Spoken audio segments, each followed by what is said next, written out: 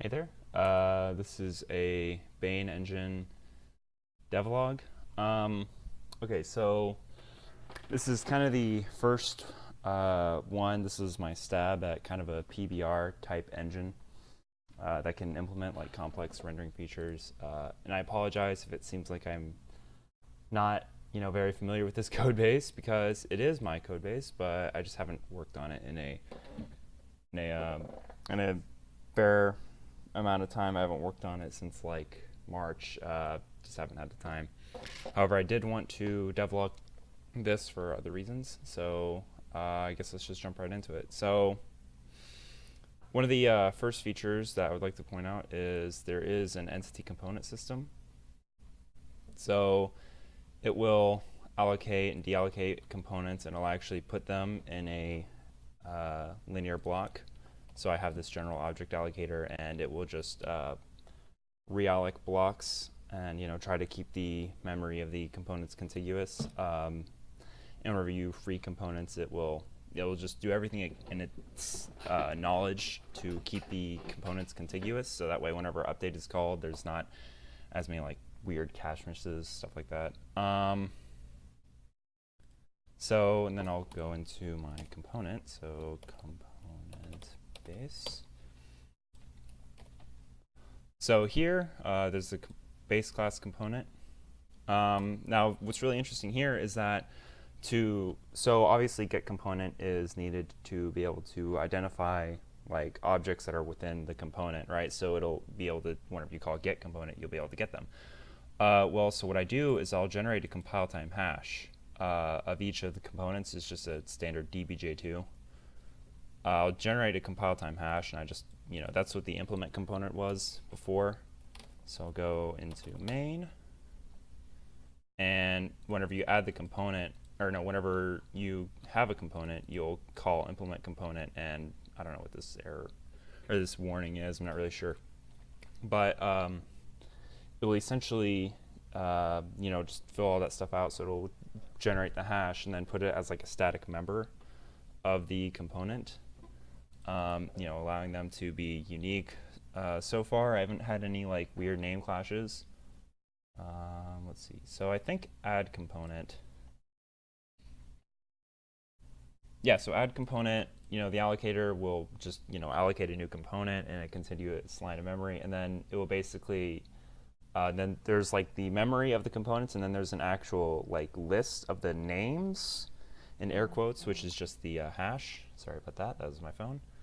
It'll assign the pointer and all that fun stuff. And every component can tick, and they can start, and it's just get owner, get component. There's a concept of a transform. Yeah, it's about as far as that goes. So another interesting thing though is I have a render component.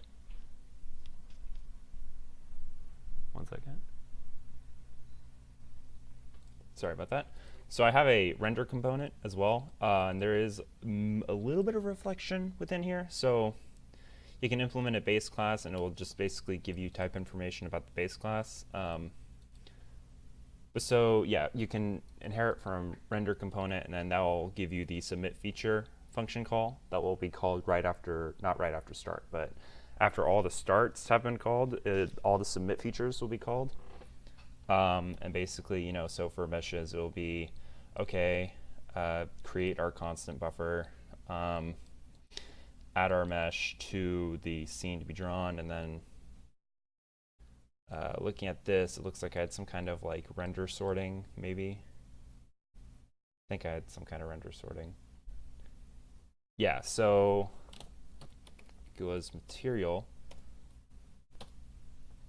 Yeah, okay. So basically, like, there are opaque and not opaque objects that would, be rendered differently for the shadow pass, I think it was. Hold on, I think it was render interface. Yep.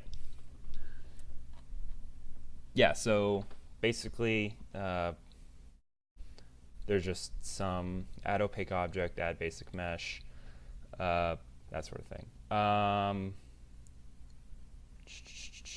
What else is there? There's meshes. It will load in a mesh using a simp. Oh, you know what? Okay, so here's something. Here we go. So here's the texture cat. No, I want the shader cache. So in my little tooling, I think, oh, yeah, this is me tearing up my screen space reflections because they were not great. I think a deferred lighting might be it. Yeah, so basically you describe the resources and then you describe the pipeline. So maybe I might have a better example of this. Might be in here. Maybe? Yes. Okay, so you can describe kind of the pipeline of the shader. So what'll happen is it'll get loaded into shader cache, and in all retrospect I should have used a tokenizer and a token stream. I thought this would have been much shorter than what it actually was. Yeah, but basically it'll parse it and it'll say, you know, it'll get information about it and it will build a GFX pipeline state desk somewhere. It's actually a pretty long one. I should have just used a tokenizer, but oh well. It'll build that and then it'll compile your pipeline. But the main thing here is that this helps prevent multiple pipelines from being made. And it'll also recompile it. So I'm going to go ahead and run.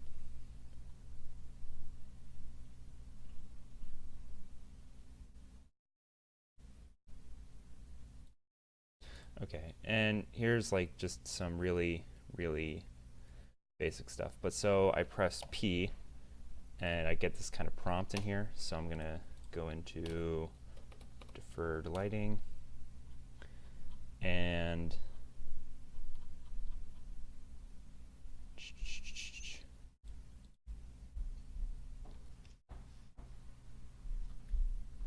okay, so here I'm just gonna set the roughness to 1. The metallic to, yeah, just leave that, set that to 9. And then I'm just going to hit enter. Oh, nope. Okay, yeah, no, so it's still going. So it's going to be shaders / deferred lighting.hlsl.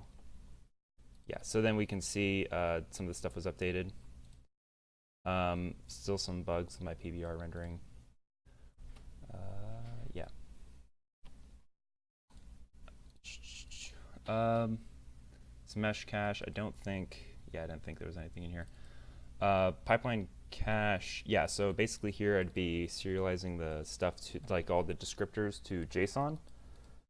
Something that'd be very helpful as far as like asset streaming. I think that was it as far as this one. So here we have the interfaces. So as we can see, this is all virtual function calls. So like, we have a pixel shader object, vertex shader object, all that fun stuff. We can go in here. Oh geez, you can tell I haven't been in here a while because it was all italic with vAssist. Yeah, so like, you basically just fill out this descriptor and you'll get an I pipeline.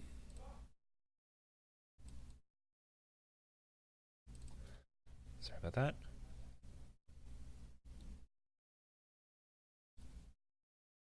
You also have graphics resources. So you have the texture base, which just has some helper functions and some virtual functions.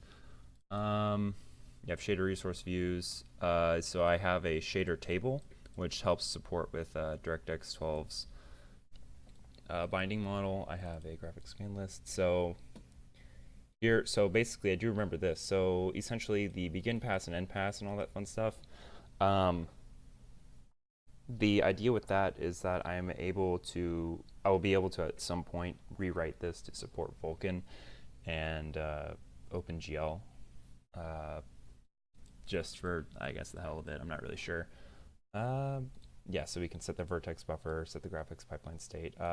So the real magic here is it's all implemented in DirectX 12. So you have the graphics device. So you can create the shader resource view. And it'll push it to the table. So the table will have the descriptor allocation. So like, the CPU handle, GPU handle, and then it'll have all that information already on it. As far as I'm aware, I don't think I can, let me look. Oh yeah, it's been a while. This is like a 700 line file. I think it's probably at the top. So I initialize my allocators. Yeah. Yeah, okay. So you can't free descriptor allocations, but you can allocate them. I haven't really done any kind of heap type stuff. It's probably something that was on the to-do list, but like as where it stands right now, I don't really need to. Yeah, so all this stuff's implemented. We go into here. So like set graphics pipeline state in the command context, and then you have the D3, D12 pipeline state. But the idea here is that I'm able to support, I'm going to be able to support Vulkan and OpenGL and all that fun stuff. What else is there? I had my like own STL thing for a while, but that didn't work out. I have my application. So I already talked about my entity component system. I generate my own mipmaps on a compute shader. That one, oh my gosh, I can just show you that function. That function is as dirty as they come. Oh, right. Okay, wait. So I have this translator. This helps me out whenever. So you saw the GFX pipeline state desk. Well, this will convert that to a D3, D12 pipeline state desk. Yeah, and here's just like the common file where I threw all that kind of stuff. Swap chain. And then you have the concept of an API runtime in mind. So like, oh, here's this wonderful macro. I set this to enable warp and the debug adapter whenever I've broken all the things. It's fun. What else? I have the, no. Oh yeah, my renderer.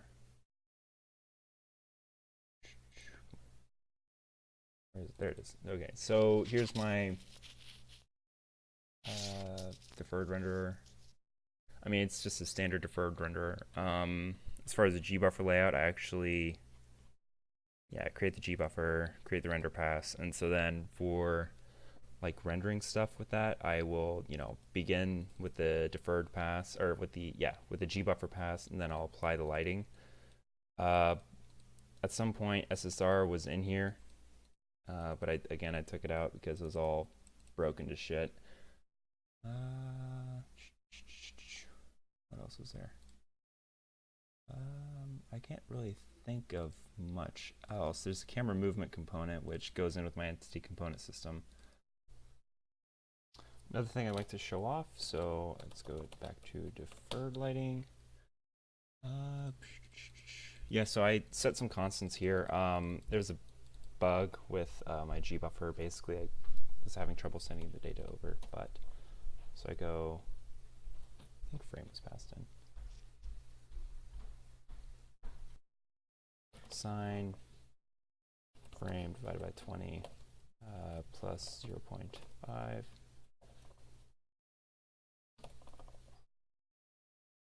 No, it's going to be times 0.5 plus 0.5. And then I'm just going to copy pasta this all over the place. See. Specular, actually no, so this one, G1 minus inputs dot roughness. Oh, there's something I do want to show. So whenever I don't correctly compile my shaders, my engine does something rather neat. I'm just going to put that to 20, or no, not 20. This will be 10. So whenever it doesn't recompile correctly, it'll actually, tell me all the stuff that it needs to happen, or like all the errors. So here I just go inputs dot roughness, right? I fix it, and then, yep. So it should be giving me an opportunity to recompile. This is just failing over and over again. No. Okay.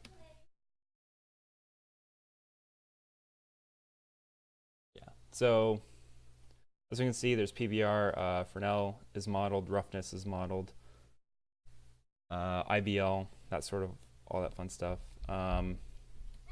Here we can see it going from being a metallic material to back to like just a really reflective one. It's normal mapped. Yeah, that's it. Thank you for watching.